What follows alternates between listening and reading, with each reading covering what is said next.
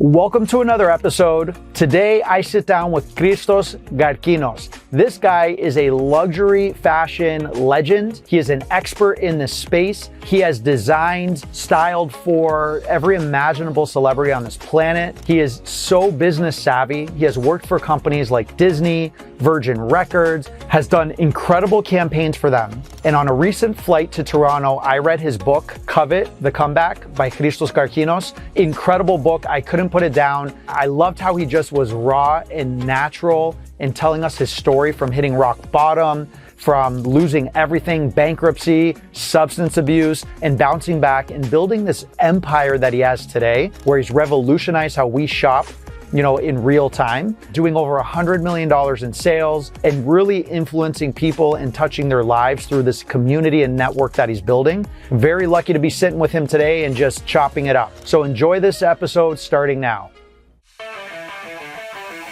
My name is George Stroumboulis, and I'm extremely passionate about traveling the world, meeting new people, and learning about new businesses. Join me as I sit down with other entrepreneurs to learn about their journeys. This episode of Invigorate Your Business starts now.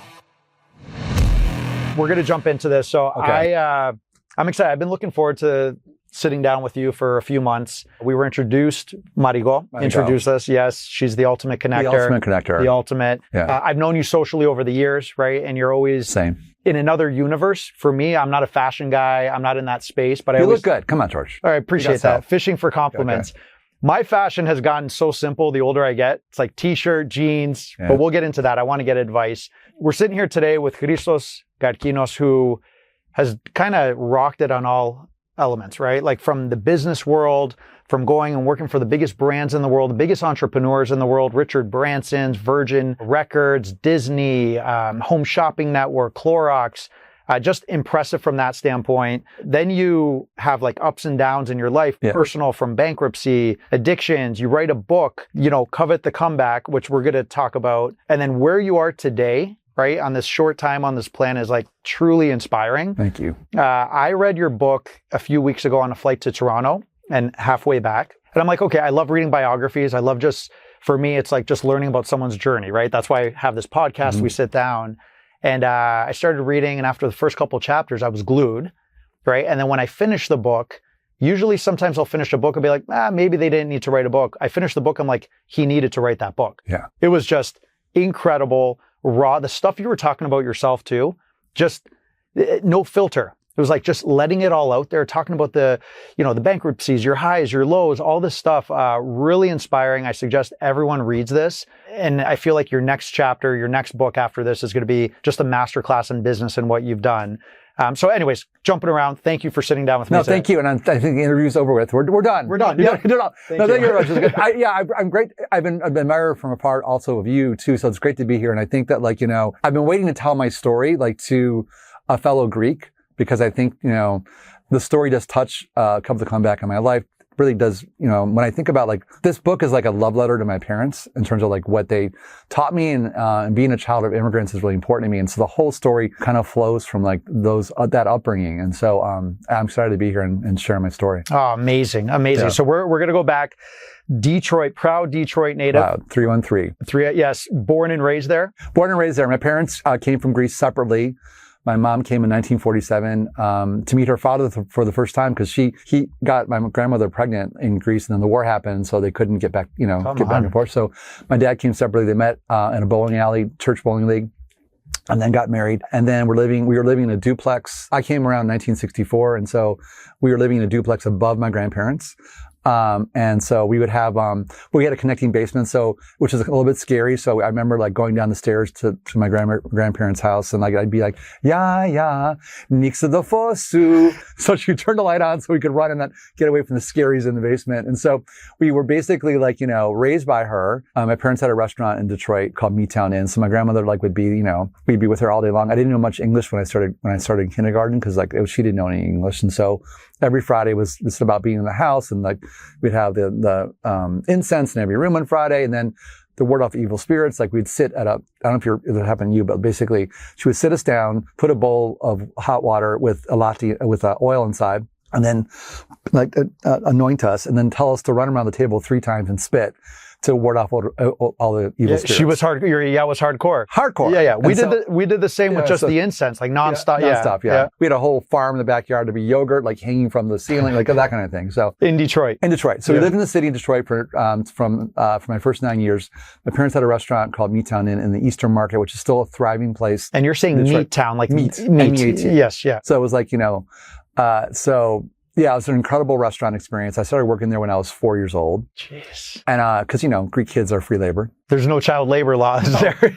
So my dad, Nick the Greek, was this impossibly handsome, charismatic guy who was the cook. So he'd have like a glass of CC and water and then like a cigarette in his mouth. And my mom would be the waitress outside. And for 2 hours, we would just yell at each other and scream. And that'd be fine. That's what I thought life was. It was like, exactly. So there was a sign outside my dad's restaurant that said, this ain't no Burger King. You get it my way or you don't get the goddamn thing. So I would be 6 years old. I got promoted to be a waiter. Cause by 4, I was already on the milk carton, like taking money from the register. It's incredible. And, so I'd go take orders and like, I'd write and they're like, yeah, I'd like my steak medium well. I'm like, uh-huh. And so like, and it'd come back however my dad decided to make it, so, and I placed it in front of the guy who maybe is a newbie there, still wearing his tie. And I said, here's your steak. He's like, I asked for it medium or whatever. I'm like, do you want to go talk to my dad? Because you can see him back there. He's yelling at 10 people with a cigarette in his mouth. And like, so they're like, you get it. So my dad wouldn't come out then to the table and like, totally like win them all over. He would take the guy's tie and we'd put it on this huge tie rack that went all the way around. So basically people would walk in with a tie and then leave without a tie. So he was charismatic. 100%. And he was like, he was a little bit of a gambler, he was a little bit of a drinker. Like he looked like Engelbert Humperdinck, who's a famous singer with the lamb chops. And he would get dressed up to go out with my mom on Saturday night. He was the guy that would have the shot on his forehead and doing flips with it, like, dancing. So he was like, I remember this moment, my parents would go out to the Bazookia and, my dad would get out there and be people like dancing on the floor. And then like John Travolta and Saturday Night Fever, it would part because they saw my dad and my mom too on the dance floor because they were like the best dancers in Detroit. Come on. And so it was a little bit scary being 12 years old watching this because like I'm not that good a dancer. And to this day too, like my dancing skills like improved very much. Like not Greek skills, American skills were great. So my dad they had this restaurant until he passed. And so that was like my daily sort of routine, like really understand like what hard work meant, everybody had a nickname, like Fat Bobby, right? Like when my dad died, all these people came up like, I'm skinny ass Lenny. And like, everybody had a name. And my dad was cool. Like, they were mostly blue collar people, like all types of life, white, black, whatever. And, they didn't have money during the week. And so they'd have a tab, on Fridays they'd come and pay the tab. Also on Fridays, I didn't know this till I was older. There were topless dancers. I didn't know about this at the restaurant. Really? Yeah. Okay. So the table would come out and, there's a crazy story that involves my uncle's funeral and some black people who showed up. We didn't know who they were. And there was a child involved. We're like, wait. Only in Greek society. So that was only great. at Meattown. Only at Meattown. Yeah, so that would happen. Yeah. But that's incredible. Like I had a similar upbringing, right? By like 7 years old, on the Friars and doing this, and then all the Canadian kids were out playing hockey, and I wanted to go. And at the time, it was miserable. You thought it was miserable, but then when you get older, you're like, oh my God, that's what kept the unit and the foundation 100%. And learning about business and all that stuff. So my block was 100% Greek. My aunts were down the street. My nuna was down the street. So we had party phones. Do you know what those are? No. So party line phones are like basically you pick your phone up in your house at 4139 Dickerson. Yeah. And your nuna at 4421 Dickerson down the street. You could hear her on the phone. Oh, like a live line. Like a party line. Oh, jeez. So I'm like, nuna, could you like hang your phone up so we can make a phone call? Like it was that kind of life, right? So you were doing basically live feeds back then before you started doing it now. Totally. Yeah. So we are one block. And so what happened was like the book Middlesex kind of talks about this. Like Jeffrey Eugenides wrote this book where basically the Greek community moved from Detroit in the mid-70s because it got a little funky in Detroit. We had to kind of get out. And we went to the city called Grosse Pointe in Detroit, outside Detroit, like 7 miles, but completely different. Like suburbia. All like 100% white. We were, we segregated it because we were Greek and olive skinned. Okay. Our church moved to Grosse Pointe. That's why we were all like by our church. And I went to school. I'm like, Mom, you got to stop the souvlaki because I can't take shish kebab to school because the kids are laughing at me. Making fun, yes. Making fun, right? And they also took baths every day, which was like, what's going on? It's like, I would take it like before church and the whole thing. So it's a totally different world. They wore pink and green. So I was like in this whole different, like, extending. I was extending, like, and so I looked at my Greek community and going to church on Sundays. This, like, I felt part of something, being an altar boy and stuff, because I didn't feel a part of anything, And at a young age, like I talk about in the book, I realized I was gay at a very young age. I was 7 years old. You realized? Yeah, it was. It's funny enough. A show just came out on Prime Video, which they had the same story in like. Their opening line, but I was 7 years old. I was watching Jan Michael Vincent, who was an actor, and it was a Disney movie, and he was Tarzan, and he was shirtless, and I was 7 years old in the theater going, I'm feeling something, and I don't know what this is, and I realized at that point, and there's now a movie that came out where George the Jungle's out, and this kid is like, with, what's his name, the same story. Yeah. So it was definitely that moment where I felt something, I felt different. So, but I obviously kept it inside for a long time. Yeah, Detroit. Greek family, gay. It was like, does not compute. Yep. Does not compute. But, overall, like, it was hard I didn't have a lot of friends in grade school. And so, but I always felt, because my parents were hard workers, I always felt there was something else bigger out there for me. I didn't know what it was until that fateful day I was playing tetherball by myself. And, dude, that's so sad, right? I know, like, by myself. Yeah. I remember. And so, being knowing I was gay, my grade school is called Ferry Elementary, I swear to you. So you're destined. Yeah, exactly. So, F-E-R-Y. And so I was by myself, playing tetherball by myself outside. And the ball was just going around. I was hitting it like I was freezing cold. And but the ball was machine, whatever it was, or the equipment was by the sidewalk of the outside of the grounds of the grade school. And I heard this older, like, sort of like, high school girl, like, click, click, click, click, click, click, of her heels on the sidewalk. And all of a sudden, in that minute, that slow, minute or second, I heard it. And I was like, I'm going to be around that sometime in my life. That sound, I don't know what it meant. I knew it was something outside of like my life. Not that I wanted to wear them, but I was going to be around that whole thing. I mean, I had this vision, this fantasy in my life. I'm like, eureka, like I figured this out. I don't know what it is, but I'm going to be that person. And so, of course, like how my whole life is, like the ball comes around, hits me right in the eye. I get a black eye from it because I was like really twirling around. And I'm like, I understood my life at age 9, but I had like a black eye. Come on. And that's a legit story. Legit story. It opens up the book. Like the legitimate, I'm like, that's what happened. I was like, but I knew where my life is. And that's how life is. Like life gets lifey and like you kind of figure out how to get back up. So that's been like the theme totally of my life. I figured things out. I think I'm on top of the world. And then it's like, not so fast. Not so fast. Not so fast. And multiple times, right? Like that's exactly the marathon, whether how long we live or not live, it's just these cycles. And when you're on top, like remember, there's always a down and vice versa. Vice versa. You got to be in gratitude. When you're at the top, you got to be in gratitude. That's the most important thing. Yeah. Let's start, like, I want talk about the corporate side, right? And then we're going to evolve into the fashion and what you're doing now, over 100 million plus in sales, and like just this powerhouse vehicle you've created. But going from Detroit, that background, kind of trying to figure out what you want to do, feeling like you're involved and contributing, but you studied at University of Michigan? Yeah, undergrad business school. Did you know at that point you wanted to get the heck out of Detroit? Oh, 100%. Okay. Yeah, I mean, it was also 1980. I started college in 82 in the depth of the car recession. So there was nothing happening in Detroit. I also knew that I couldn't live my life being gay, in Detroit, because I was still closeted. And, but I knew I wanted to have like a more of a creative career. My parents were like, you're getting a job after school because you need a job. Like you got to like support the family, help support the family. So I knew that no matter what, I had to like, get a job. Yep. And so the funny story, which I don't tell too often, is that I was still figuring out if I like girls or not. So I went to like, at what, 19, 20? 19, 20. I broke up with my Greek girlfriend at the HEPA convention in Miami.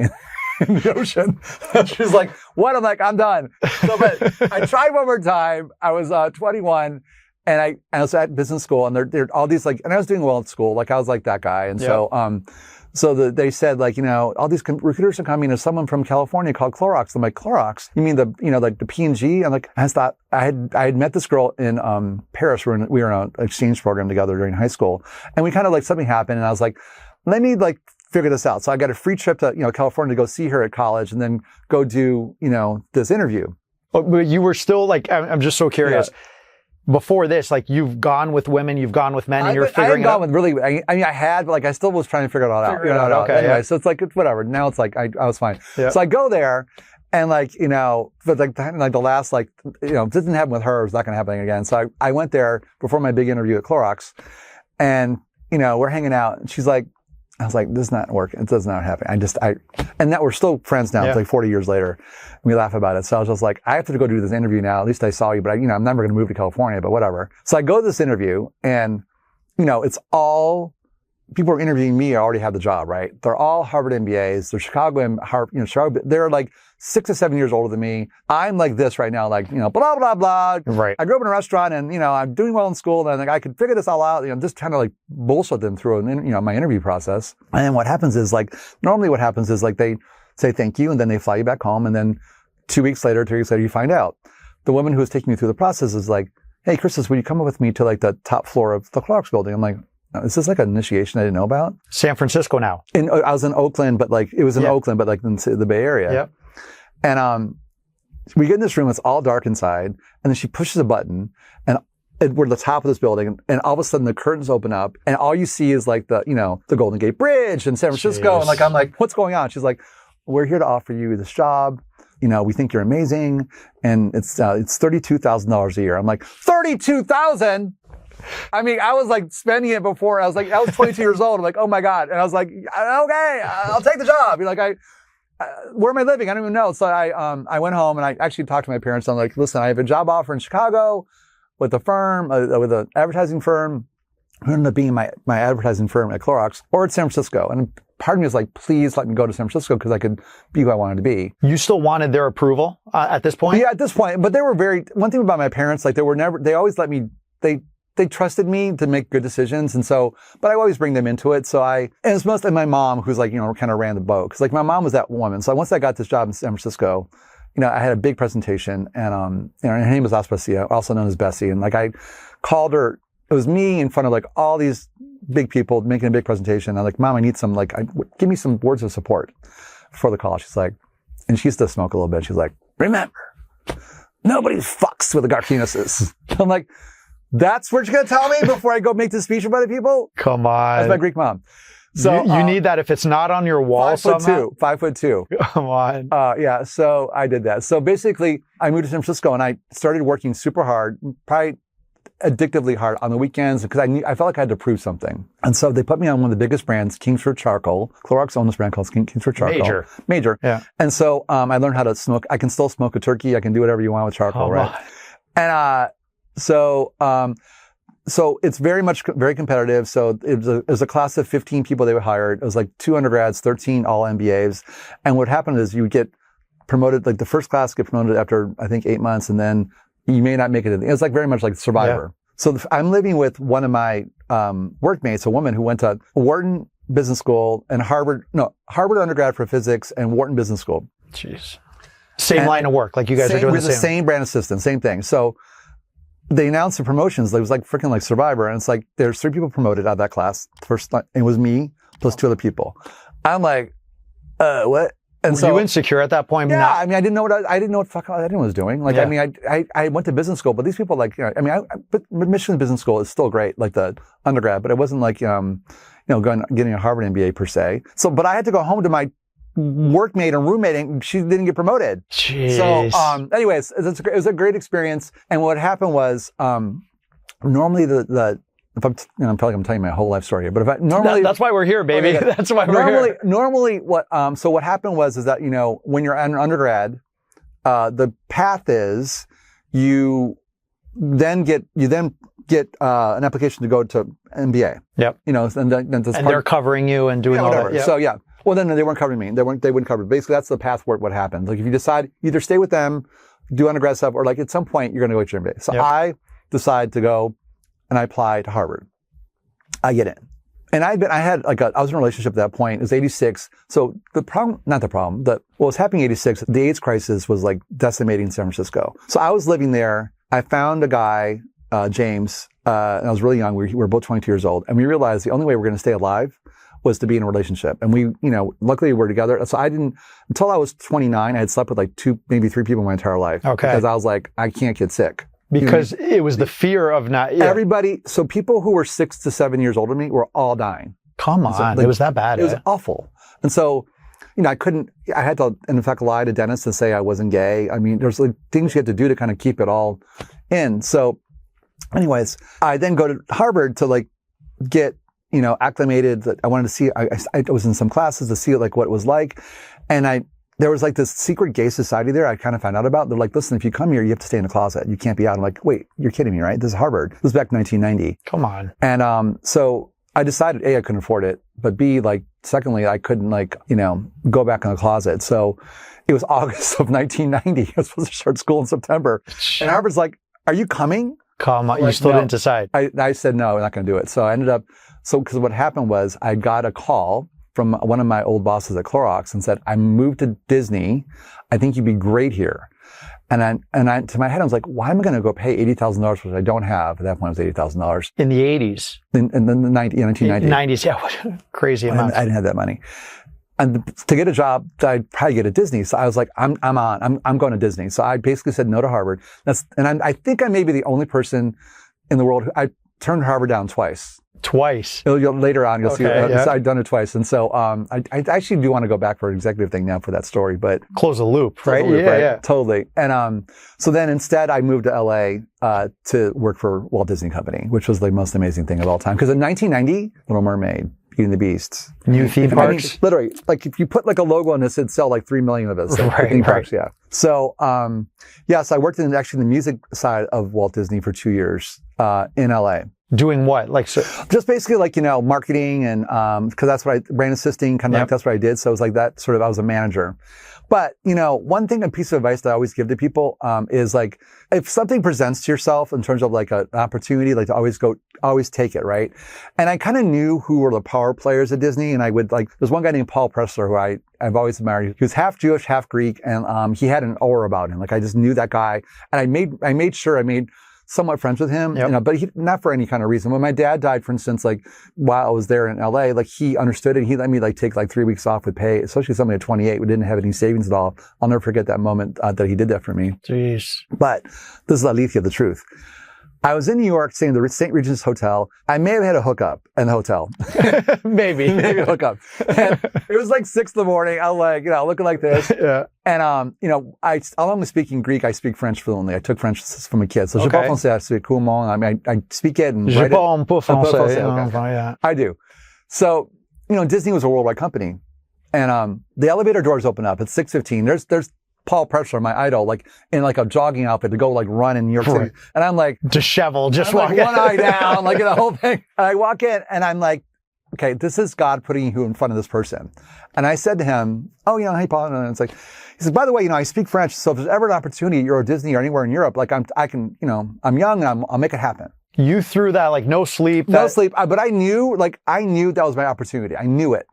Like the doors opened. 4 months later, I get a call from Paul's office. We want you to go meet with Steve Burke, who ended up running Comcast. Steve Burke was a wonder kid at Disney. He was 30 years old, and he was running the expansion of Disney stores. Oh, wow. Around the world. I went and talked to him, and in that meeting, he offered me the job of head of marketing and culture at Disney. Come on. At the Disney stores in Europe. I was 29 years old. Huge deal. I was like, oh my God, I'm moving to London. So was Disney Paris open at this point? No, it just had opened. It was a freaking disaster. If you remembered it, like it opened up, everybody lost their money. So I'm running into this whole disaster. Sure. Luckily, I didn't have that part of the business with me, but they then sent me to London, and to open up the Disney stores across Europe. There were 4 stores at that point in Europe, in UK.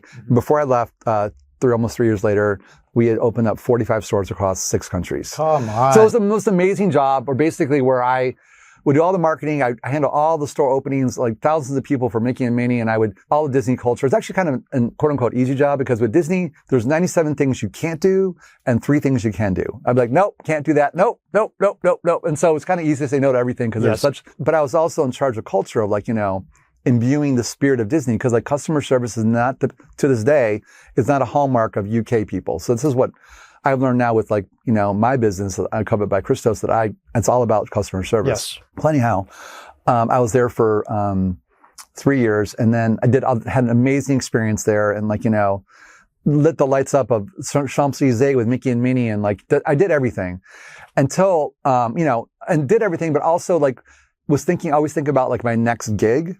And so when you're young, you're 28, 29, about you, but like I had friends who were like, what's your dream job? And I'm like, I can tell you right now, because I used to love music so much. My parents had a jukebox that the Italian mafia would control. Oh, yeah. They were on the take on. Like every week we get the 45s, like they would like, and so we had thousands of 45s, and I loved music growing up and the whole thing. So I love music stores, and so I'd go to the Virgin Megastore in Paris, and I would spend literally 10 hours in there going. I was obsessed with Richard Branson, so I'd be at these parties like, I can tell you right now, I had a marketing for Virgin Megastores you had that on. I was like, that was like my dream job. I swear to God, this happened. So I'm there at Disney for a couple years. I'm getting a little bit like, and so I'm on a blind date in London, and it's going terribly. And I'm just like, this is awful. It's before any app or anything. Right. And I said, I'm not feeling well. So you pull that. So I gotta go. Instead of going home, I go to the Virgin Megastore, Piccadilly Circus. Yeah. And I'm just loving all the music inside. And I always would go and read the trade magazine called Billboard, because I used to love it. They had one left in that Virgin Megastore. It was, I think, a month old. It was crinkled.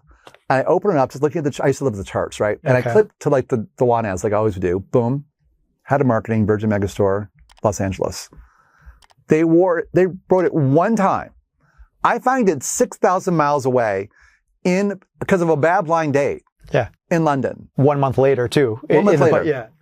I'm like, and there's no internet. There's no posting this job. I was like, there it is. Like, I verbalized it. Wow, yeah. And so I went and I faxed them my resume the next day. The whole sound. Can you explain to the listener what a fax is? Yeah, exactly. I remember the first fax. I'm not old, but like 1985 or 1987, they installed a fax machine at the Clorox. I'm like, what is this? It's like, so a piece of paper is sent from Chicago electronically and comes out here. I'm like, you got to be kidding me. You got to be kidding me. There's no way. What is this devil box? It literally was like the whole thing was like, it was like, I'm like, what?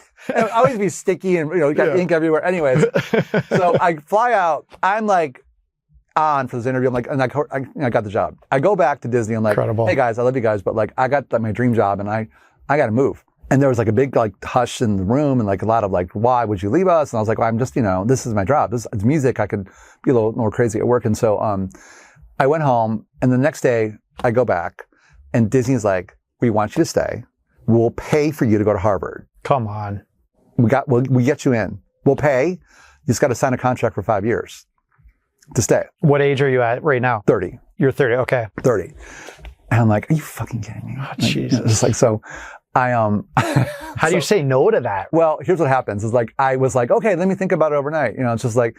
So I live by this store called Harvey Nichols, and they have an American food section up there. It's the only place you get an American food because everything else is all British food. Yep. And I bought Oreo cookies. That's like my go-to, like when I'm a 7-year-old kid, like just by myself. Just going to town. So I remember, I think I may have eaten like 2 sleeves, like sick to my stomach, trying to get into my head, like, what am I going to do when I do? And like I had like black teeth and the whole thing. I went to work the next day. I'm like, thank you guys so much, but I need to do this. This is like a dream. So I said no. I stayed for 3 more months, and then I moved back to LA, where my whole life has happened, and started my whole journey in music. With Virgin.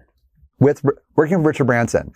So you can imagine. You got to tell us about this, man. So I started there, and like, one of the first times I met him, we walked around the Virgin Megastore in Los Angeles. Like, it was like the epicenter of anything cool in LA. He's like, Christos, all I care about is they have fun in here. If they buy something, I don't care.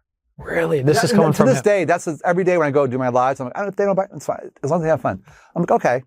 So that was like. Did you learn that from him, even what you're applying today? I think my dad and he had very similar things. My dad was putting on a show every day. Right. That came on, was Nick in a good mood. Like, that's what happens on my lives. Like, so I think it's the same concept. And so, we opened the Virgin Megastore in Times Square. It was the biggest store in America, in the world, and like 2 days before, he's like, I decided I wanted to drop from the top of the store to the ground in a helicopter. I'm like, make it happen, Christos. I'm like, okay. That's what so what was your title? I was head of marketing. Okay. So everything that went crazy in the stores, like, if you were a band, this is the craziest. By the way, he's all his businesses are just marketing. Yeah. Marketing. So that's a big deal. And so I was head of it. And so he never like puts any money down his businesses. It's always like, are we going to be paid this week? Because there's that kind of stuff that would happen. But to this day, like he taught me mostly everything. And so the first day, and he went back to London. I had a team I reported to, obviously, my management team. But so we had, our first in-store. Now I've been used to in-stores because of because of Disney and Mickey Mouse. And so a band called, do you know Adam? Remember Adam Att? He used to like put makeup on his 80s guy. Yes. So huge deal. K-Rock comes and there's like, I go there for the first time in the store. There's like thousands of people. This happened before like even I had started like this thing happened. Yeah. K-Rock, by the way, wasn't that Howard Stern before he became? No, that was something that's still there, but it's not. Okay. He was on that. I think he was on there for a while. Yeah. Yep.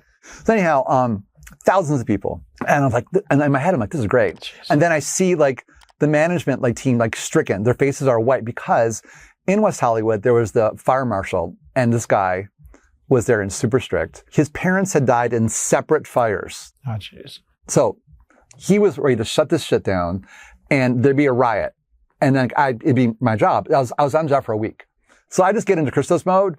I run upstairs. He's still like halfway in makeup, like putting on one of his stripes. I'm like, Adam, wherever your name is. I took him by like the end of his, I'm like, get and start singing now. So I put the whole band like on, you see there's a picture of me going like throwing them on stage. Before you get shut down. That was your plan. Because they need to get a, I could see in my head like, hey, they get 2 songs in or shut down. So it's not like a crazy thing. So I got them on and they performed for 2 songs and then we're shut down.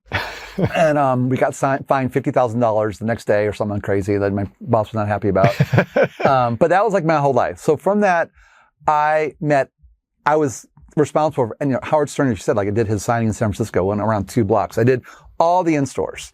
I was out every night meeting every concert you had to, because I was representing our brand. Would they kiss your ass knowing you're the guy to because Virgin store, it was the main. That was it because we were the cool store. And so they would do that. Like, hey, Christos, you want one front row seats of this or like that or this? And they would find me out. I remember to find out, we have a new singer named Jessica Simpson. Could you come to New York to hear it? I'm like, oh my God. But the funniest story is about music is that, I opened up, one of the funny stories. I opened the Virgin Megastore in Miami. Okay. And it was Cher and Richard Branson. I put them in, it was during, when she was doing the Super Bowl. So I had them in like a, what do you call it? A float, like a football float going down, and like it was a huge deal, whatever. So there's an after party's happening. And, Tyrese, the singer, was there, Tyrese. And it's like, there people are going on, Tito Fuente was there, all these people were there. And it's like, Tyrese is like, hey, Christos, like, there's a new girl group I want you to meet. They're in the back. I'm like, oh, okay, here we go. So I'm like, hi guys, and what's your name? And the first girl goes, hi, I'm Kelly. And what's your name? Latoya, Lauren. And what's your name, dear? Beyonce. Oh, nice. And what's the name of your group? And they're like, all together, Destiny's Child. Come on. And I turned to Therese, true story. I'm like, Tyrese, they gotta change that name. True story. True story. Like, so much, I know nothing. Obviously, I know nothing. So, but those are the kind of stories where they had an average career after that. Average career. Like, I had to stop for like a major pop star from shoplifting. All these things would happen. I had to be the one to fix her. You can't share that name. That's not a public story. There was 2 names in the book I could not put in due to my lawyers. I'll tell you afterwards. Okay, good. But I kind of had everybody there. So it was an amazing run.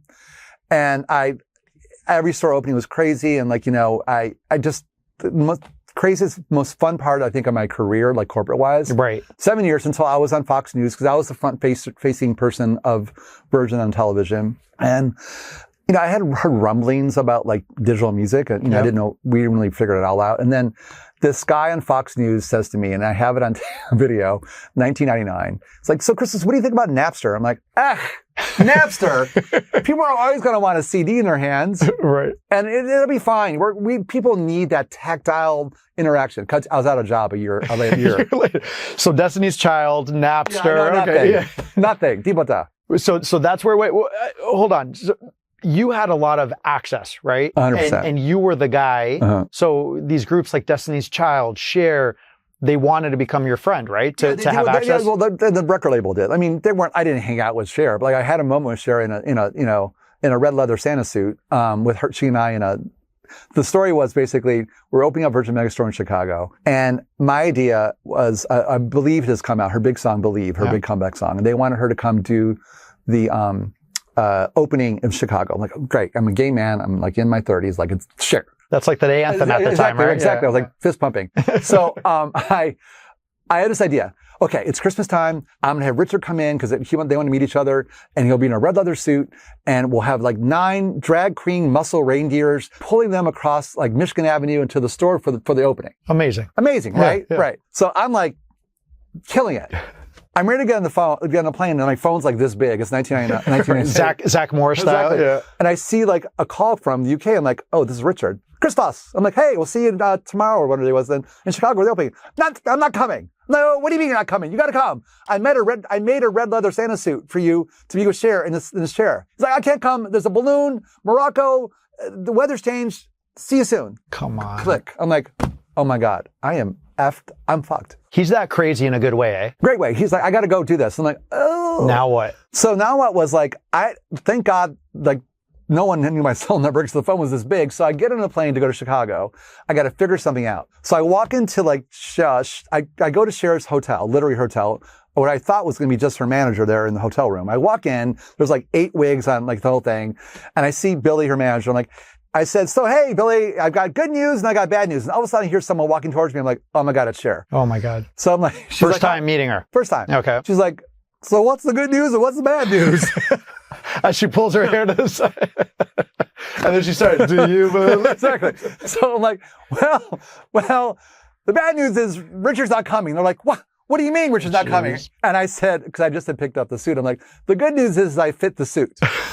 So cut to me in a sleigh with Cher. Pictures, photos. People magazine wrote about this. And literally like, come on, I'm with Cher in a sleigh. Your dream came true. But the most amazing moment, that was not about me per se, was that I got out of the sleigh and we went to go cut the ribbon. And my mother, after we cut the ribbon, my mom, Aspasia, who loves Cher, was in the vestibule, the lobby, before we got in the store. And I got to say, Mom, Cher. Come on. Cher, Mom. So that was like a moment. So, and for her, was it like, oh, my son's arrived? Like he's my son's arrived. But it's also the Greek mother. So when we did the store opening in New York, we gave away virgin vodka bottles, like to everybody, 1 per person. Yeah. My Rocky Talkins like, Christos, your mom says, I'm like, what does my mom want? She's got 3 bottles of vodka. Of course she does. Yeah. And she took a party favor and the flowers. Yeah. Is it okay that we give her? I'm like, hold on. I'm like, Mom, you cannot. She's Greek. She's Greek. How do you say no to that? No, you can't. So, but those vodka bottles are still in her basement of her house. Come on. With potatoes inside. You know what I mean? So, dude, that's incredible. Anyways. So all this access, talk to me about Richard. Clearly you've learned stuff from him, right? Studying entrepreneurship. Today there's Elon Musk, there's Jeff Bezos, there's like the modern ones that we know, but I feel like Richard's the ultimate entrepreneur that pre-internet and all this. All that stuff. Right? Virgin was like, the whole logo was like, he wrote on a cocktail napkin, he wrote the logo. So to this day, even I still like, follow him in terms of like what he does, and he's very authentic. So I think, after I left Virgin, I opened up this resale store basically, because I didn't know, I love fashion. So I kind of made that happen, which kind of led to my career burgeoning. But from that, I always felt like every day is a show. You want to basically be able to tell your story. Because in the end, I know I'm a good salesperson, but in the end, I'm really just a great storyteller. Like, I love to tell stories. You can tell I'm like talking my head off. But like, I love telling stories. And that has guided me to to this day. So I had this huge fashion career where basically I was getting into the celebrities' closets and reselling their clothes. And before anybody else was doing it, I started this 30 years ago. And because I, kind of had a little side business happening, and it blew up. And I dressed over 13,000 women, some people you don't know, and then some people like Amal Clooney or Selma Blair, who stole my friend from Detroit, and everybody. But I knew that I felt like there was something bigger calling me in terms of my life. And so in LA, if it's 2011, you go to dinner, everybody at the table has a reality show except for me. Hi, Rachel Zoe. Hey, Brad Gretzky. Hey, designer. I mean, I'd be the type why don't we have, why? This is all in your circle too, these people, all right? This is my circle. I have a story to tell. I do what I do. And so, but I had another goal in mind, because when I was 17, 16 years old, a lot of kids would be going out and whatever. I was home watching the Home Shopping Network. I was obsessed with it. My parents were like, would you stop watching this stuff? Right. I'm like, hold on, but Adrienne our pal's on. She's selling her makeup. I want her to sell out. I was obsessed. More the business side or actually what they were selling? The whole idea of it. I was like, what? Talking to a camera and selling things, I could do that. I know I could do that. I felt I could do this, right? This fashion and back to being, the fashion stuff too. It was great. I love fashion. So, but I said to my manager at the time, my manager is the daughter of Freddie Demand, who was Madonna's and Michael Jackson's manager. Jeez. Okay, and then she had me, poor thing. So I said, I want to do this reality show. I'm going to make the show happen. But the only reason I'm doing this is because I want this to be the platform for me to get my own gig in the Home Shopping Network. That's all I said. I don't care if the show is canceled in 1 year, which it was. I want to do this. So what happened was, we made the show happen. We sold it. It was called The Dukes of Melrose. It ran for 1 year on Bravo. But the whole time I was doing the show, I was actively trying to figure out how I could use this for like my idea I want to do at a Home Shopping Network. Which is a big deal. You just touched over it. Like you got a reality show. Oh yeah, by the way, I got a reality show. Yeah, you just said it and you're like, yeah, it's kind of like, oh yeah, and I got a haircut. I had a reality show. So yeah, so basically that was the first touch of like kind of fame. Like, because people would like come up to me in the streets and just want a hug.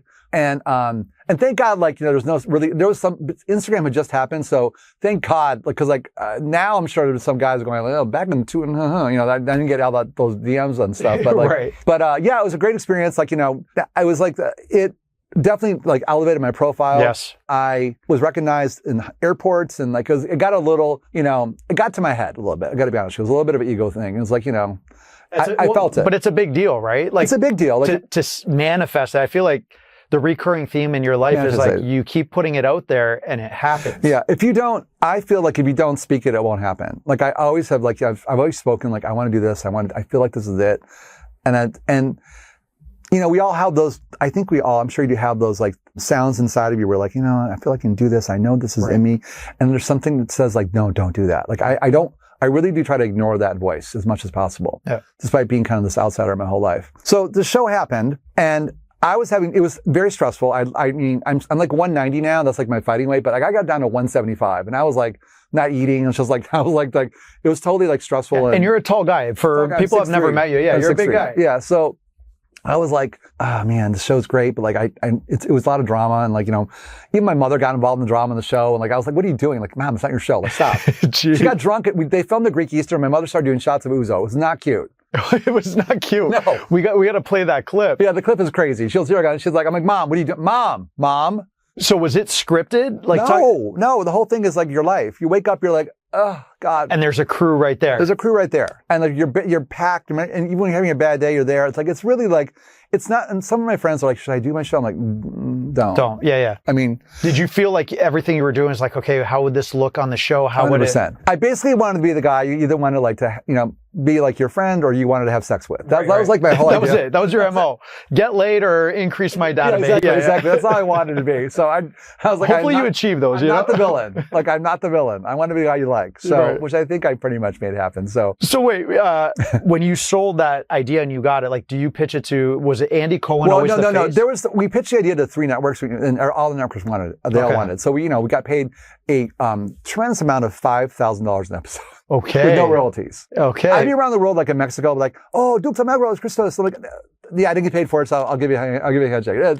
They make all the money. You have carve outs. So now it's different. So people do the platform. I get why they're doing it. So they couldn't come after our business, whatever. But yeah, the money, you're not doing this for money. But it was create your own brand, your image. Yeah. Get on a Home Shopping Network. Yes. Okay. So back to this now, Home Shopping Network. Yeah. You dreamt it. Now you're on there. I dreamt it. So what happened was we went and pitched to a manufacturing company who had a line, and I was in that meeting. It was like I've been waiting for this moment, like a moment in time, kind of like Kelly Clarkson. And I was just like, I went in there, bop boop bop, yeah bop bop, beep bop boop. Here's my line. It's called Eureka by Christos Garkinos. So I'll help you discover like what I see in women's closets and blah blah blah blah. They're like, okay, sold, kid. Like, calm down. So they're like, and then I went and they got me. They got me the brand deal with Home Shopping Network. And so I know, and I was like pushing my manager Pilar. I'm like, Pilar, we're gonna get canceled. It's like we had to close. So we closed the deal. So I go for training, and there's like me and like 4 other big, and I'm like, I'm known, but like not known. And there's like 4 big designers. Really quick though, Home Shopping Network now, did your show already come and go? It got canceled? It was on. Oh, perfect timing. Okay. It was on, but it hadn't been canceled yet. Okay. I knew, I was like, no way. I saw the ratings every week. I'm like, so I was like, it's fine. Yeah. And, so I go for training, right? And I'm just like, dude, I've been watching this for like, my first credit card payments, I had $200 worth of credit on it. I bought pillows for college. I mean, that's how obsessed I was with it, right? So they bring up the first designer, who's a big designer I won't name, but like he like was like, they're trying to like as you were giving me on screen. And he just like failed. Oh, really? I mean, he can't end up going on, but he had to be trained. Yep. So I am this person that like they've never seen before. I come on and they have me on tape like this, and I'm like, bop, bop, bop, boop, boop, boop, boop, bop, bop, bop, yes. And they're like, who are you? Like, you know, and I'm like, you don't understand, I've been waiting for this since I was 17 years old. Come so on, it's man. now 30 years later, and this is my dream. Go dream. time. And so they ended up having me like train the other designers as to how to sell on Home Shopping Network. Jeez. And so what happened was that I went on, I had a very different method of selling the whole business in general. So what I did was I went to Greek churches before I went live on Home Shopping Network, okay? Like my church and a few other Greek churches. And I had the samples of the line, and all the Greek ladies could come beforehand and pre-order their stuff. So I basically was almost sold out before I went on air, because the Greek ladies came and supported me. I told my story. So smart, man. So I did all that. So they're all there. Home Shopping Network had never done it. Like, what do you want to do? I'm like, here's what I want to do. They made it happen. Like, God bless them. So they would accept orders before it was live? Yeah, so they could go online, and, you know, some of them, like, you know, Sandy would be like, I have like, you know, 30 of these to sell, but I've already pre-sold 15, so I only have 15 more to sell, so it would help my sell-up. Amazing. So I did that. I mean, I still had thousands of things to sell, but it helped. Smart, man. But I had my sister who was one of the models. I kind of made it very different for people. Yep. And so... Which they probably love that cultural aspect. They expect, yeah, it's the whole thing. Yep. And everybody, I had like, everything was named after celebrities I knew, like the Garcelle. I had like celebrities there. So anyhow, you know, everything was selling out really, really well. And I was with Colleen Lopez, who's to this day is still like the Oprah Winfrey of Home Shopping Network. When I first met her, I may have cried. And so we're on stage, and then I realized we have to sell 3,000 black pants, because you needed like a separate to go with your clothing, right? In how long of a time? Like in the hour show? 2 minutes. What do you mean? So listen. So on the screen, so you'll see a screen next to you, or you're talking to the camera, like I'm talking to you. To the right is like 3,000 black pants, and you'll see like, you know, and prior things were selling out, but I had like 300 of this. And you can see, oh, it's sold out. So you can see the numbers go down. In real time. Yep. So it's 3,000 black pants. And I'm like, and the only thing different from this black pant was that there was a little seam that started here and made your leg like a little smaller. Almost like when you see Disneyland for the castle from a distance, it's like a trick of the eye. Yes. Like it looks bigger, then it gets closer and smaller, right? Yeah. So I'm like, what am I going to do? I'm like, I got Colleen Lopez here. I got to sell 3,000 black pants, basically, crop to America in 2 minutes. Do you know what I do? I go into Christos mode. I watch it. I get on my hands and knees. I take my finger and I trace it down her leg, starting right above her pubic bone, all the way down, like basically giving her like, you know, like a nice little like erotic massage with my finger all the way down. And before I got to her chin, she's like, and we sold out. Come on, 3,000 women around America were all gasping. Like, I need that finger. Yeah. If I did that, I'd be arrested. You could get away with that. Yeah. No, I wasn't that. But basically, you could see how I make your leg look smaller. And then literally and there's a shot of me going, what? You know, but it was just natural that I wanted. So that happened. So, and that was on the spot. Like you didn't plan that on the spot. And so kind of like the Santa Claus suit. Yeah, so everything. I think funny enough, like I think that and whenever I hear about kids that maybe don't have a lot of friends growing up, which I didn't have, I think I had a very much of an imagination. And if I didn't do what I did here, I think I'd be a really good publicist, because I kind of know like, no, you're going to do this. Here's what I just kind of know. I just knew these, in style, whatever. I kind of instinctually knew it. So basically that happened. And I was on top of the world. I mean, I literally had like, you know, a show on Bravo still for a few more months. I had sold out. I was the king of HSN. They're like, oh my God, come right back. We love you, da, da, da, da. And then life happened. I was literally at the top of my world. And I had started going out to this club in LA called Giorgio's. Okay. About 2 months prior. And this was like, I was named after a guy named Giorgio Moroder, who like produced like a lot of Donna Summer and stuff like that. It was a club that you walk through a kitchen in the back, 125 people, no cameras. Elite. Celebrities. Mick Jagger. Like just, and I was like in the corner with a really famous pop star. And we were like the king and queen of this club. I was by the DJ booth, and like everybody who's anybody, they all try to get in, or some were not getting let in. So, did you have access to all those 125 that you all knew each other? You kind of discussed. The guy Brian ran it, but like I was one of the first people that started going there, and so I was like elevated to like this corner status. Yep. So I was married at the time. I was married to this guy we've been together for 17 years. We're married, and I was still personally not feeling. While all these things were happening professionally, personally, I felt I never dealt with some of the demons inside of me. They were like just part of where I was. And so, we're in the corner dancing. I was having one of those days. I mean, it was kind of club where I taught like Amy Poehler how to whack. It's a form of dancing. Like it was like that kind of crazy. Like comedian Amy Poehler? Yeah. Yeah. Like, I had name the pop star they were dancing with me, whatever that was, or film star, or whatever I saw. So what happened was basically like, I was dancing with my friend, and this guy walked in, and I looked at him, and I turned to my friend and said, "Oh God, I'm in trouble." Oh God. And so that was the moment where I kind of like my life. This is the November of probably 2013, and the one thing I've learned is like, it's the idea of self-sabotage. Like everything was going so well in my life, I felt like I didn't deserve it. And so there was a self-sabotage moment that happened. And so what happened was that things happened. And so in April of 2014, I just had launched HSN2 and best friend of 30 years. And so death has been kind of like the one thing in my life I couldn't really deal with. My dad died when I was young. I moved to London. My best friend died a year later. She had anemia, which is like the Greek disease, the blood disorder that happens. Oh, yes. Cooley's anemia, it's called. Cooley's anemia. Yep. So she was my Greek friend for like 15, 20 years.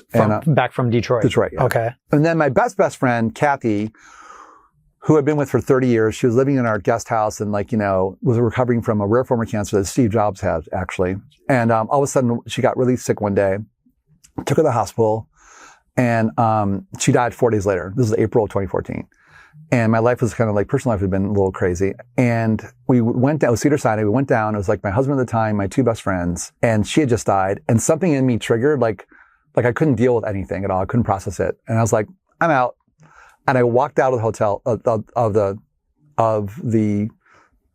hospital, and walked out of my life. She hadn't passed yet. She passed. Oh, she passed. Okay, and that's when it, yeah. And then, but I walked out of my marriage, my life. I went into like this relationship that took me down a path that I guess we'll talk about in a second. But and basically, I'm out. Like I can't deal with this anymore. You couldn't deal with that. You walked away from your marriage, everything. I was like, there's something inside of me. Finally, after all those years, I really don't think I dealt with my dad's death. Or all these things of like, right now I realize in my program, my AA program, they're called geographics, where basically you move somewhere to like not feel pain. Yeah. And so the pain I was feeling with her dying again in front of me, I was like, I'm not equipped to deal with this. And so I basically like walked out of my life. How much did ego play into this? Because you were kind of on top of your own, 100%. Right? Money, all this stuff. Did that come into effect? Because I wasn't living in gratitude about it. And I can feel this sometimes now, even like in these days where I can feel that kind of like puffery coming. You're like, oh, hold on. No, slow down. Yeah. So it's dangerous. And we all have elements of that, right? Yeah, totally. Where you feel like you're, especially with my, everything with my book tour, what's been happening, I have to make sure like you're still that kid with a tetherball in Detroit. So like, slow your roll. Even though like you've been on every major media outlet, like everywhere, like you couldn't do bigger with what's going on here. Like, I know. That's pretty remarkable. Man. It is. Thanks. But anyways, I walked out, and then what happened was basically from that day, basically a month afterwards, I started going out much more heavily, and I in 2014, like I had told myself, I knew that kind of genetic disposition of being sort of like an addict was in me because I saw it like in my family, and I always stayed away from Coke. I was like, if I try Coke, I know it's gonna be a problem. Right. I knew it. So I didn't do it. So I was like that guy. I didn't want to like be in trouble, bad troublemaker. I started doing it, and my life just blew up. But you knew at that point, like that's why I'll drink, right? You know, I'll drink with the best of them, all this.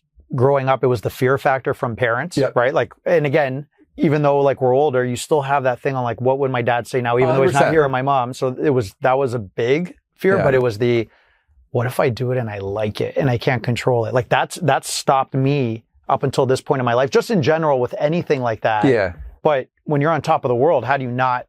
I mean, and so basically I was like, I felt my friends, and they were like, what is going on with him? What is happening? And I literally, it's the biggest cliche in Hollywood. Like, oh, look at me. I'm living at the top of Mulholland Drive. I have a 360-degree view now of LA. I've got parties and strippers and da-da-da. And like, it's fun. And like, I was dying. I was literally dying inside. Right. But I didn't know. I was soothing myself, and this was like, I take responsibility for like what happened. Like, no disrespect to my relationship. I don't want, because for me, I was acting crazy, and I didn't know how to, there were moments of clarity, but I didn't know what to do. So this went on. I was like living this life. My and it started to affect parts of my other life. Obviously, my HSN gig came to an end like 2 years afterwards because like I could feel I wasn't connecting because I was like not in that head. I was up for a big like gig on Access Hollywood, and that didn't happen. My manager left me. My friends left me. My friends started talking because they didn't know who I was, and so it all started. You know, I still try to keep a brave face to people. Right. So in 2016. Sorry, really quick, okay. 2016, all these people, but what about like your mom and your sister? Where are they during They were still there. They knew something was up, but they didn't know because I was living with this new person and they were like not understanding, but I wasn't like telling them anything. Sure. So my sister, they didn't like what was going on, but we didn't really talk about it. Gotcha. Ended up getting remarried to this person. And so this life was happening and, you know, it turned into like a huge argument and, I tried to like not have him leave for whatever reason. I, you know, threw my body in the driveway and he had the car ready to go over me and like got very dramatic. And it was the day before Greek Easter. And, you know, I was like, you can't leave. It's Greek Easter. People are coming over. And like, I had like 50 people come over the next day, like blue and white chairs. It was all set up already. Like the whole thing, like the world's fine. We're fine. Yep. Didn't stay. So I was like in a terrible state. It was the night before Greek Easter. It was Easter night, basically, yep. Saturday night. And I was in LA by myself. I had 50 people ready to go the next day. It was 8:00 p.m. LA time, 11:00 Detroit time, my mom was. And I was getting high. I was high. And my drug dealer was not picking up the phone and I was running out of drugs. Mm-hmm. I was by myself in this huge house, like just like feeling like the world was going to like collapse around me. But I had the wherewithal to call my mom at midnight to wish her, you know, you're still okay. You know, Christ is risen. We're talking Greek here. And so I was like in such a crazy state that like I was on the phone with her, remember. At the same time, I was like digging through the garbage to see if there were any like random Coke bags that I had left in my own garbage. And so I got off the phone. She knew something was up, but I got off the phone and I was like, okay, this is crazy. Like you got to figure this out. I thought it was either going to be the end of my life or something was happening. So what I did was I went back to the church and I went on my computer and just typed in like Greek Orthodox Easter services. And it came through my computer, like all of these, like sort of like where I grew up with. I was an altar boy and like I actually love Holy Friday is my favorite like service actually. And so I watched a lot of that. And I watched Saturday nights and something started coming over me, like a true like spiritual, like sort of like, immersion. And I woke up with my computer next to me that morning and my dog was there, my dog Sophie. And I was sober and a spiritual thing had happened, but I looked at her and I called my ex-husband, my first ex-husband, because we still share the dog. And I was like, hey, Sophie's here. I'm in a space where she shouldn't be around me because I don't know what's going on with me right now. I've never really told you what's happening, but I have a bad problem and something happening last night and I don't know what's going to happen to me. I didn't know if I was going to live or die. But like take your own life type thing? Exactly. Yeah. I didn't know. I was like, is this the day on Greek Easter? Oh, fuck. You know, so he came with my best friend, Kelly. And they sat me down like, hey, listen, we've already talked to somebody. We have, you know, if you want to go to rehab, we can take you to rehab. It was that Sunday morning. And she's like, or, you know, you go talk to this person, a woman named Bernie. They gave me the choice. They didn't like give me a lane choice. Like, we're not going to let you. And it's your first husband that came back. Brad. Good person, no? Yeah, he's amazing. He's like my best friend. And I said, okay, I'll try anything. So I went to this woman on a Sunday. Like, I remember like my head being on the couch, like I don't know what my life is happening. And so I went to her like 6 times a week. It was supposed to go into rehab, so I keep my life going. And May 1st, 2016 is that day. And I haven't had a drink or anything since that day. And so I felt like, thank God I'm sober. Life's gonna get better now. And it'll be fine. So I was having huge money issues. I'd spent all my money. I spent my 401k on the whole thing was a nightmare. Right. So 6 weeks to the day that I got sober, my mom died unexpectedly from heart surgery. I was there in Detroit and then she was ready to come out. It was green, like the sign saying green surgery's done. It also went to red. She bled out. We didn't expect it. Regular procedure? Pretty regular procedure, you know. Here it is, like loss, like the thing that drove me into like, you know, terrible decisions is happening while I'm sober. So I'm holding on to like this, like, you know, 6 weeks after that, my 2 aunts died. Her sister plus my dad's sister, who are like the 2 other mothers of my life, they died. All in Detroit. All in Detroit. Yeah. My dog dies. My business goes under. I ended up getting like filing for divorce from my this within 6 months. Like all this stuff is happening. I'm like, Like, what's next at this point? I was like, the thing is, like, it's funny because like we talk about like manifestation, like everything up to age 49 kind of went my way. And now I was on, I was 51, 52, and like, I was like, God, I've been a pretty good man my whole life. Like, why is this happening? Why me? And I know now it's because I can tell the story, like how I came over it. But I was just like, it was almost laughable. Like, I felt like I was in a heavyweight fight, like just being punched. Like every day I wake up, like, now what? This can't be happening. And my sponsor at the time talked about like, when you get sober, think about it. You're in a car and maybe you've been eating McDonald's your whole life, but you've not been like throwing the wrappers and packages away. You've been putting it in the back seat. So then you hit the brake, like basically I got to stop doing this, right? Then all that stuff comes into the front seat over you. Great so analogy. To kind of dig yourself out of all this stuff to kind of get to like where you need to be. And so I just was like, okay, I gotta rebuild this. I was like $1 million in debt. All these things had happened. I was talking to lawyers like every week about like, business separations. I just going back from lawyer to divorce. I was a nightmare. But so I found myself in early 2017, $1 million in debt, no income coming in, like basically like, selling my clothes. I just had filed from divorce from my second husband. I am the most legally divorced man, gay man, in divorce in America. So that's like, can we get Guinness Book? Guinness Book of Gay Records. Yeah. Of gay records. Yeah. And most legally gay man, because now I'm happily married to someone I've been with for 8 years. That's amazing. So anyways, I was like, well, now what? Like, I remember driving around in my Saab, which I could not sell. And I saw my Range Rover, because I couldn't sell it because I'd lose so much money and I didn't have the money to pay them. Going, what am I going to do? Like, and I felt my body above my car looking down like, this can't be the end of your life. Am I going to have to move back to Michigan? I thought I had to move back to Michigan. Like, my story would be done. Was it more at that point, though, you were literally on top of the mountain, pools, LA down there. Were you more concerned on like, dude, how do I upkeep this image for what I've created for everyone? I still kept the Instagram and Facebook image up, like, hey, life is great, when I was dying inside, which is all, bullshit. Bullshit, absolutely. But yeah, and so I couldn't even get out of that big house because like I'd paid them, like it's like literally like it was like checkmate every time I try to move somewhere. And so what happened was like I finally got out of that apartment or that place up in the hills, and I was literally living on Cloverdale, which is like if you're 25 years old, you're on Cloverdale in LA and 3rd Street by the freaking Target. Like it's like it's beginners. And I was like, and I walk out my front door of this building I was in, the Bing Crosby built in 1920s, whatever. And I look up and I could see my house like at the top where I was every morning, and like a reminder, I could see it, right? Where years prior to that, it was like this huge party home. So I was down to my last $3,000, like literally my last $3,000. And I had like 1 month left of like, what I could do, because I was still on like a non-compete from my old job.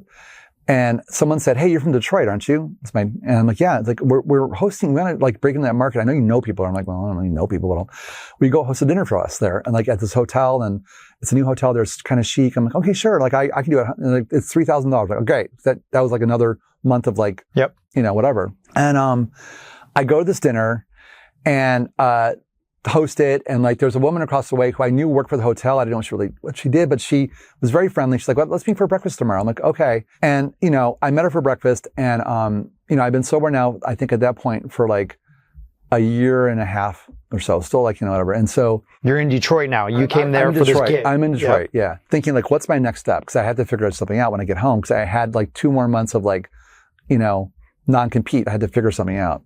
So my leg was shaking underneath the table because I was like in that mode of like, oh, I figured this out. And we started talking, and she was very nice, and she was telling me what she did. And she was like head of marketing for like a bunch of these little hotels in this little chain, and these kind of B markets, and Detroit, Omaha, Indianapolis, like kind of those kind of cities.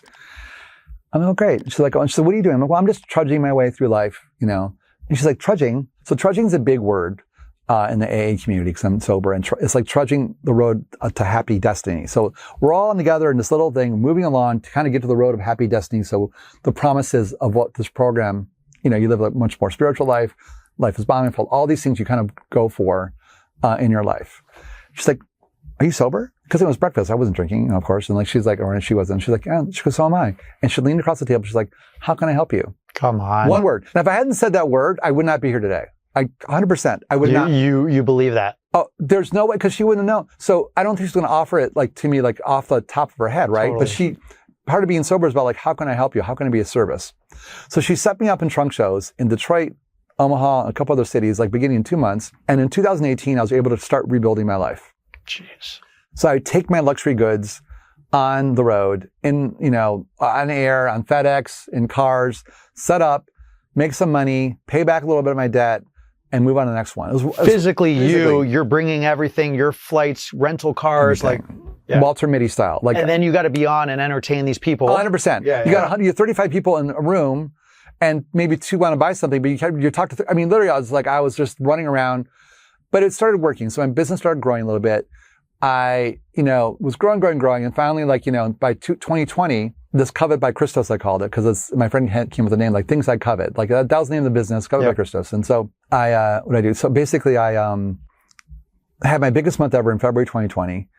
And I was like, which is amazing. And the business was doing well. I was paying down some of my debts, but I still have a lot of debts to do. So in consignment, which I was in consignment business, you sell things in 1 month, you pay the people back the following month. March 2020 comes, I'm fucked. Yeah. I'm in a small city outside Chicago, and I call my sister, well, I'm coming in next week for the Detroit Trunk Show. She's like, no, you're not. Have you not seen the news? I'm like, I was in my world. Yep. What's happening? The world's shutting down. Huh? So I try to get on a plane that night. I have one glove. I swear to you, one plastic glove to protect me from COVID that had holes in it. Yeah, very effective.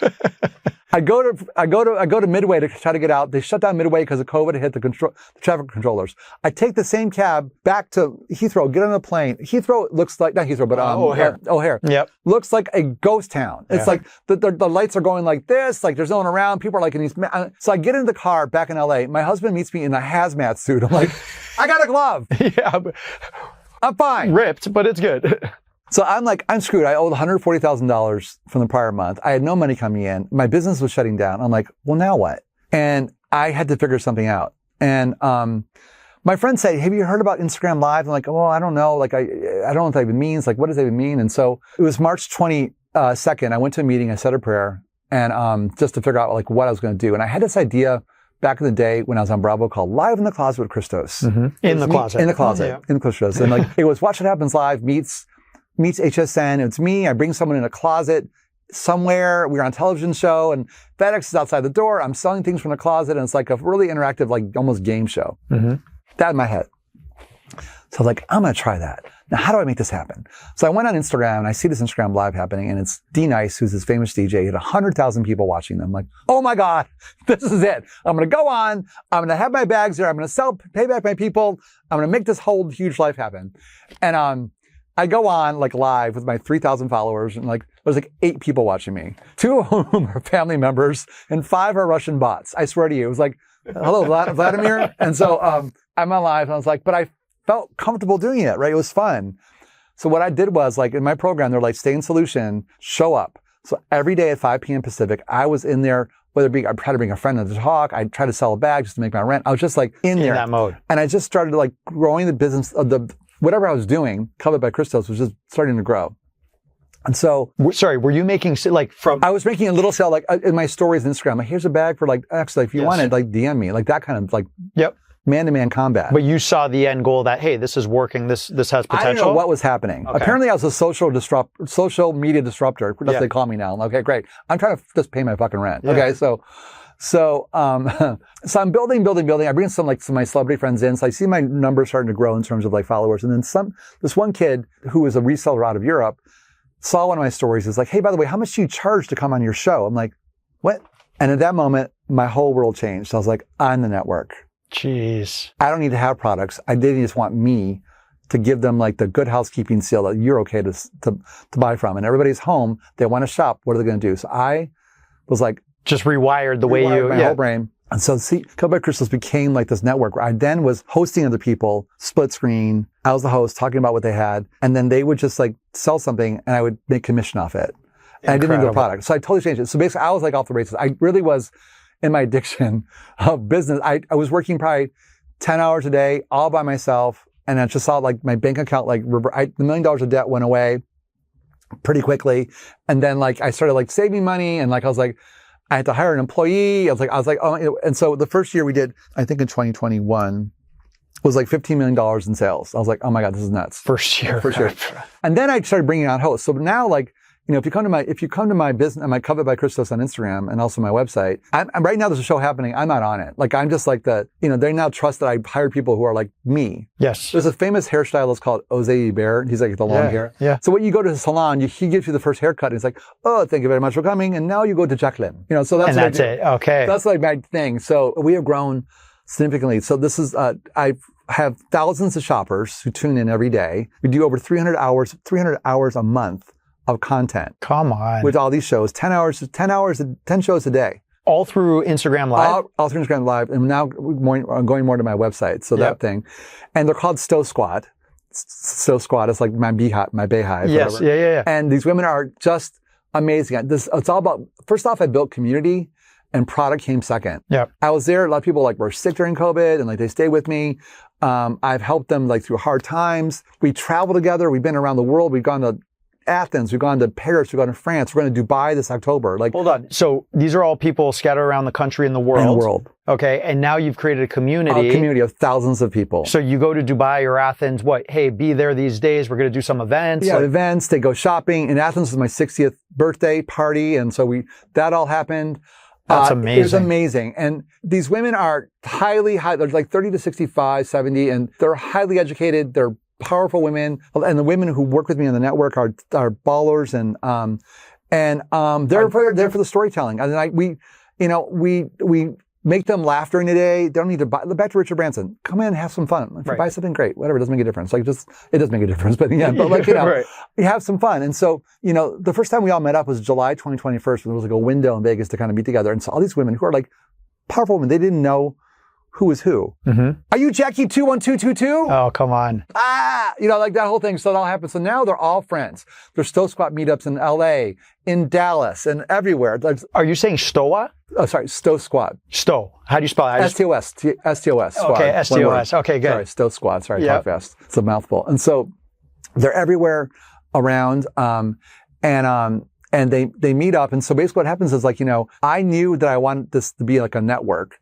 I knew I wanted to bring on products like Covet, mostly in resale of Hermes and Chanel bags in the beginning. Yes. And now we're into beauty, we're into home. So it's everything you want for your life, And it has culminated in this huge, huge business where I see people who, we're of a certain age. It's harder to make friends when you're older. It really is. And all these people on my phone now, I didn't know 3 years ago. They all have friends now. So for me, it's if my legacy is I got some great Chanel bags with Christos, but in the end, I made 3 best friends for my life. They're going to be with me from age 50 to 85. And it's going to be like that. I know it. I know I don't have kids. I just know that my legacy is that. Yeah, absolutely. My legacy is that. I brought a certain joy to people in their lives, like my dad did in his restaurant every day, whether he was in a bad mood or good mood, that Richard Branson brought to his life every day, that Mickey, Minnie Mouse brought to their life every day. And so I'm able to do that now. I'm leaving here. I have a show, and I'll be able to do that for the next. I have 5 hours of shows today, Jeez. And that you're going to be on. Yeah, I have to talk. How do you you're human, man. If you're in a bad mood, or your husband pisses you off, or your whatever, the barista screws up your if you're in a bad mood, how do you go on? Because they don't want to hear your bullshit, right? No, they know when I'm in a mood. They can tell. Do they help bring you out of it? They do, because Papa Stowe's in the mood. They call me Papa Stowe's, and so yeah. So, but I do it because I want to make sure that the show's successful, and so that's just the way it is. And so I put a show on every day. It starts now at 5 a.m. Pacific time till 10 o'clock at night. We're more valued than the real world is, my little business. And so what we're doing. And so it's I've got big plans for the community and the network. And, for me, I love the idea, because I'm a marketing guy. That's my background. So I love the idea of of thinking of new things and communicating new things. But in the end, the book, Cover the Comeback, is a culmination of all these stories. I teach you inside, when you're at the depth of that moment where am I going to basically kill myself? What is going to happen to me? Right. Is my story done? I really talk to you about staying in solution of when you're feeling like an outsider, how to despite, we both talked about this. I'm pretty shy. I'm on right now because I want to be on for you. But in the end, I'm good being by myself. Like kind of, I didn't have a lot of friends growing up, so I've never been a good joiner, you know? Right. Which is crazy to like, dude, you do all these media appearances, TV, people. It's crazy. It's because like, I think I would watch so much television when I was a kid. Like I was like, oh, I can do that. Like I felt like, you know, or I would mimic them. So I think that's part of it. But,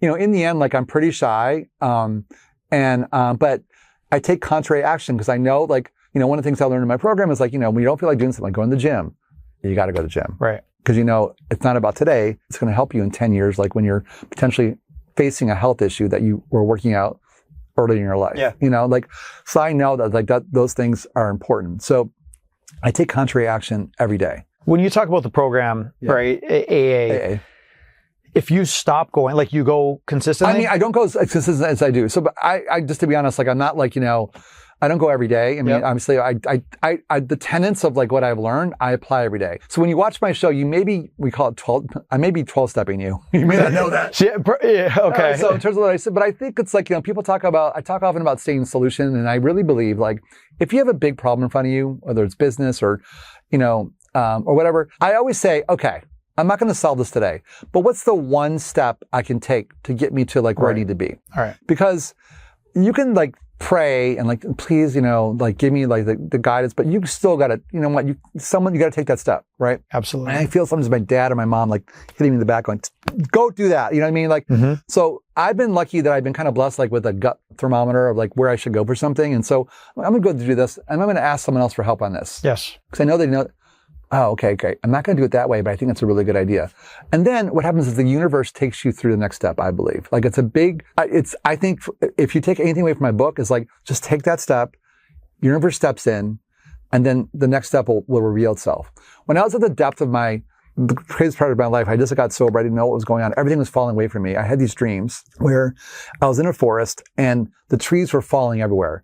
And the first time I started having this dream, I was like, oh, it's my life just falling apart.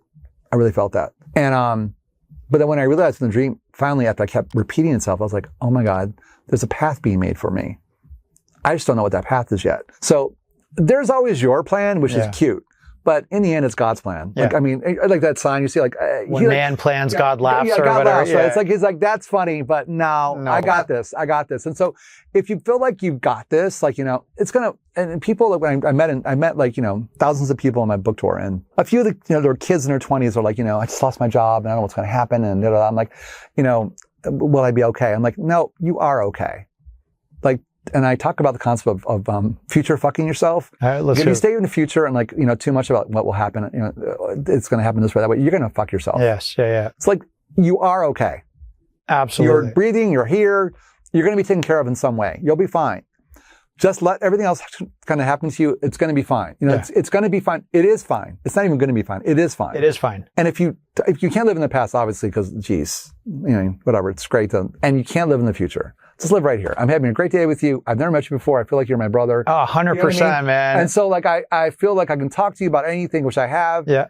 And, you know, I'm going to walk out of here going, that was a great day. Yeah. And honestly, just on that, amazing connection. And I hope moving forward, you and I are cool. Yeah. I wake up every day and I try this, and I'm not great at sticking to it, but I try to remind myself it can only get worse. Right. And I don't do that from a negative. I'm like, dude, woke up, I'm healthy. Yep. Touch wood, my kids are fine. Yeah. Spouse, things can only get worse. There's inevitable deaths coming down the road. And like if you just... I definitely that's very Greek, by the way. It is very Greek. Yeah, it is. But I feel like, you know, you should... When I think about the future, it's like, as I think about it, like, where can I tell my story? What's my story? And I said it from a style perspective, like, what do you want to say style-wise, story-wise? Do you love Sophia Loren? Great. Like, let's figure out a way for her. But if you want to tell your story to continue and unravel, for me, you want to see how your kids turn out. You want to see how your friends turn out. Look what Billy did. Like, I mean, for me, my network, it's like when I'm able to see, like, you know, I love, for some reason, graduation time of year is like one of my favorite times, even though I graduated. So I love seeing kids graduate. I think it's the coolest thing. Like, whether it be preschool, when I was in preschool, like, hey kids, see you next year. Now it's like a freaking, like, you know, parade and like, you know. My 4-year-old graduated two nights ago. I posted a photo. I'm like, what's this production? Movie clips and all this fireworks. Stuff. I'm like, they're like, here's your cookie. See you next year. My dad was like, graduation, D, come get out of here. Like, it's fine. Yeah. But that kind of stuff is great to me. And so, you know, I think that I'm able to be here with you to talk about my story because I was at that time was like I said earlier, like I was like, God, like, why is this happening to me? Me. When I didn't realize, like, when I took my way out of it, it was like, it's happening to me so I can tell my story to you today. Right. To give someone hope about, like, my strength and the hope of, like, my experience. Like, it will covet your comeback because when you're in your comeback, there's nothing better than that. Absolutely. And you can speak to it, whether it's, that you're older and you've gone through this, but what a story. Yeah. You didn't do like this your whole life. No. And it's like, fuck. I mean, I don't know if Greeks can do that way. I mean, I don't know how Greeks are all in or they're not, whatever it is. I don't know. I mean, that's why I love being Greek. It's like, there's two things I say about being an entrepreneur. One is like being Greek, because I think it's definitely bred inside of you. And secondly is like living in LA. Because I feel like for me, I know you've spent a lot of time in New York. I have not. But I've always felt Los Angeles is a place you could definitely reinvent yourself. Okay. I talk about Madonna and like reinvention and like, we're both the same. Madonna and I, we're the same person, Madonna and I. Okay, let's hear this. Both born in Michigan. Okay. Both went to Michigan, University of Michigan. Yep. Her first gay bar was my first gay bar. Oh, really? Yes. Okay. I've seen her 33 times in concert. Okay. 33 times in concert. She reinvents herself like nobody else, right? So she's always been like, for me, like the pinnacle of like, and I could have met her in my music career like 20 times, but I did not because... To this date, you've never met her? Hold on, there's a story. It's in the book. 20 times I could have met her in music because that was my job. I was like, nope, I don't want to meet her because I don't want her to be like mean to me. And like, I just, because in my head, like, she was like, I fashioned my life in some way about how she always like peeled it back. So 6 years ago, my friend Kelly, who's helping me get sober, we had both come up. I know she was 19. She's now the biggest PR person in LA. And Madonna's now her freaking client, which is crazy. She's like, we're going to go to the Vanity Fair party. You're going to be my date. And then we're going to go to Madonna's after party and going to meet her tonight. I'm like, major. Okay. Yeah. So I'm just like, I have had conversations to her in my head, like, something like I was a kid. And like, I just like, here's why I love you. The whole thing. I think I may have wrote a paper about you, the whole thing. So I'm ready. So I see Madonna walking towards me at Gower Stewart's house with my best friend Kelly next to her, publicist, to introduce me to her. Jeez. The moment of my life. The tetherball moment of my life. And Madonna walks towards me. She's like, hi, Christos, it's nice to meet you. I mean, how nice. And so I have like a 5,000 treatise in my head of like what I want to say to her. Yeah. And I look at her, I'm like, gosh, you're pretty. Out of all of that.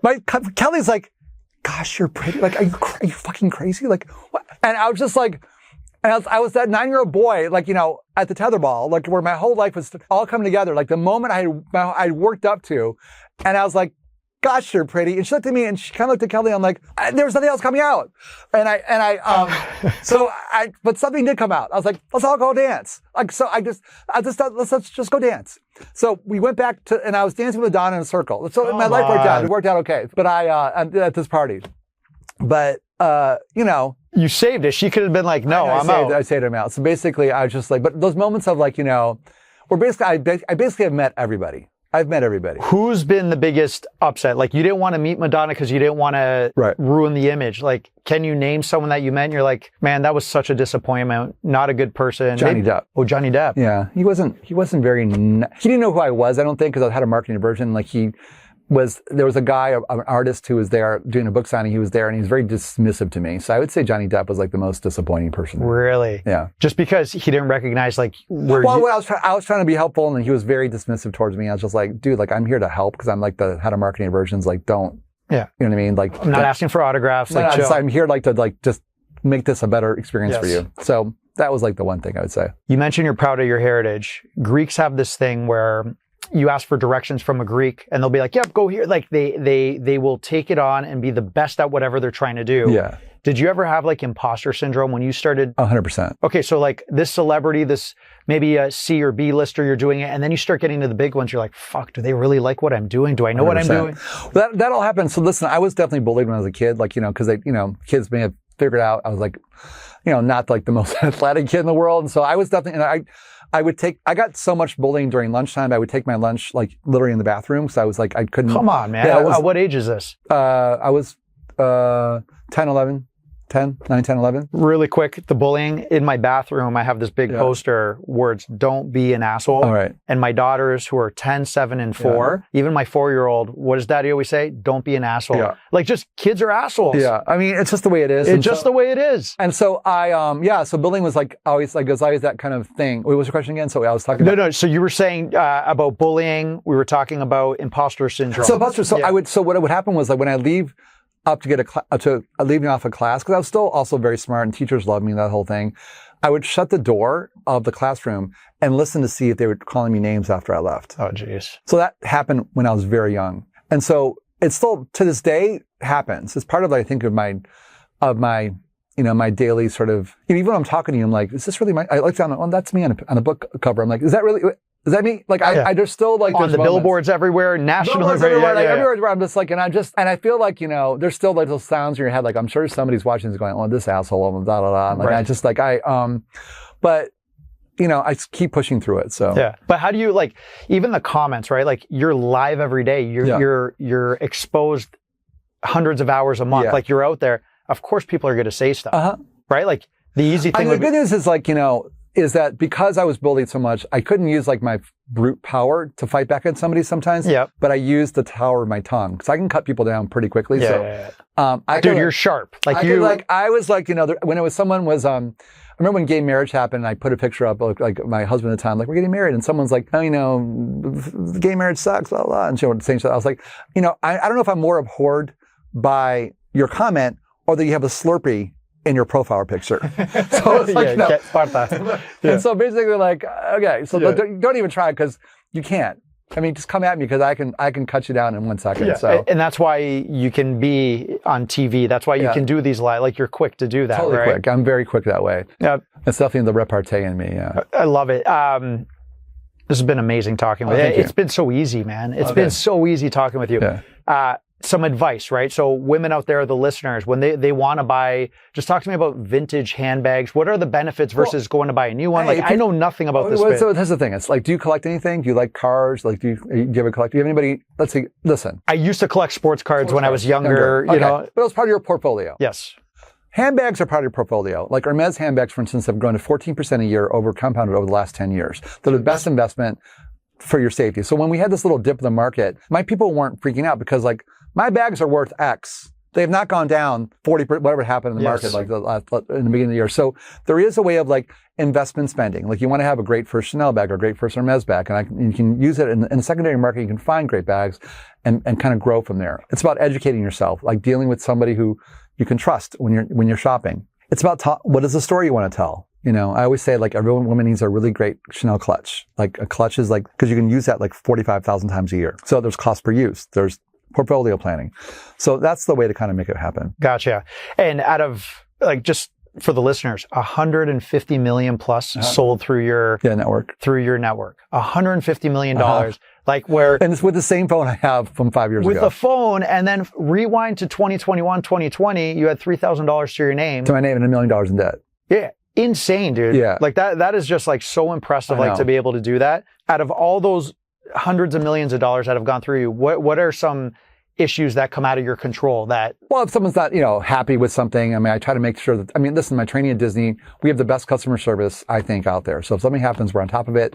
I'll make sure they're whole. I will get involved. It's a very high-touch organization, that community I have. So it's important for me to kind of have a very quick response time because that's what I expect when I'm shopping. Yeah. So it's the same thing. And sometimes I feel like these big brands, do things. I'm like, wait, that's not the way you do that.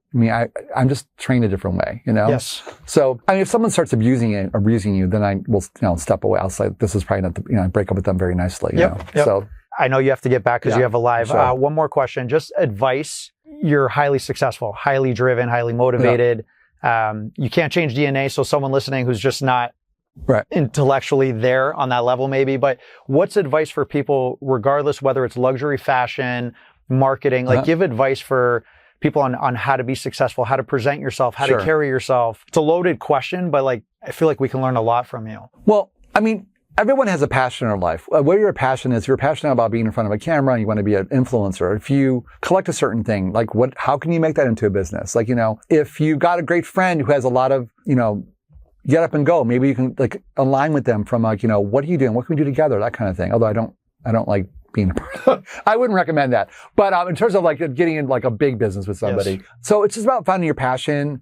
Looking back again, what is your story? Where do you maybe want to be in 5 years? I've always had like 5 year, I have less so now, I guess. Well, maybe I do. But like when I was younger, I definitely had like, I spoke it to the thing. Wouldn't it be great if I worked for Richard Branson? Wouldn't it be great if I lived in Europe? Wouldn't it be great if I could use my French? Wouldn't it be great if like I could have my own business?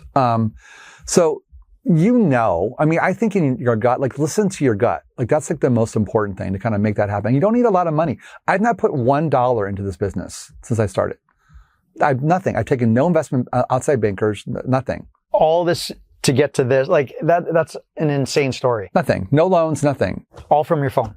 My phone. And your personality, your network and everything. Yeah. Yeah, man. I appreciate you. We'll put the links up. The book is incredible. Yeah. The audiobook just came out, so it's really funny. I saw that, yes. And that's on Spotify. You could access it. It's on Barnes & Noble and Audible. And Audible. Okay. Yeah, this is great. Can you sign my copy before you leave? I did already. Oh, you did? Okay, man. Yeah, I'm done. You got to hear. We got to get that up there. Thank you so much. Thank you. It's great. You've been amazing. All right. I'll see you soon. That's awesome. Awesome. Thanks for listening to this episode of Invigorate Your Business with George Stroumboulis. Please hit the subscribe and like buttons and follow me on all the main podcast streaming channels. Also, please share your comments when you can. I appreciate your help in expanding this network to a worldwide audience. Until next time, stay invigorated.